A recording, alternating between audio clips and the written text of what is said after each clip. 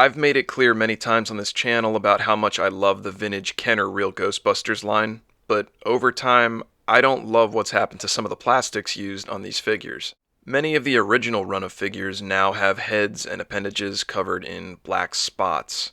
I'm not clear on what it is, but my guess is that the plastic's now breaking down. I'm sick of looking at it, so let's see if we can revive this Ray Stantz figure. Okay, so my idea is to cut out the rot spots using this pin vise, refill the holes, and paint over it.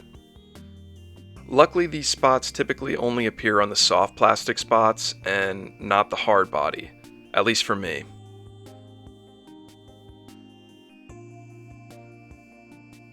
Holes are dug, so we'll sand some spots down and try our best to clip and dig out any unwanted remnants.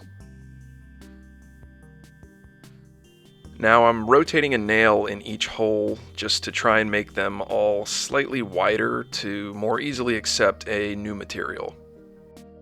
I'll be filling these holes with a product called Loctite. Basically, when this white and blue putty are mixed together, it slowly begins to bond and harden.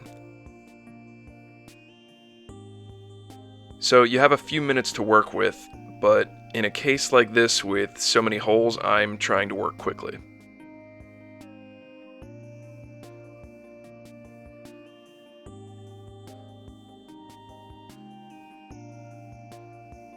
Got all the holes filled, and I was successful in wiping away most of the excess material in unwanted areas.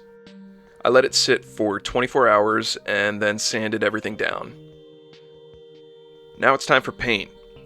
Not my favorite part, as I like to think I'm crafty and not technically artistic, but this fix calls for it, so whatever.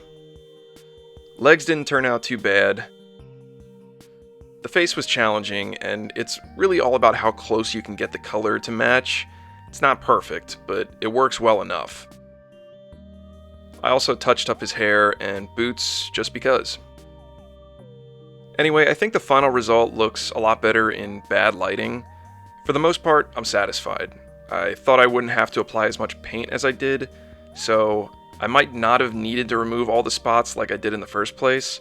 Someone with a steadier hand could do a better job, but at a passing glance, I think this figure's been improved. Kind of a brutal method, but we got there.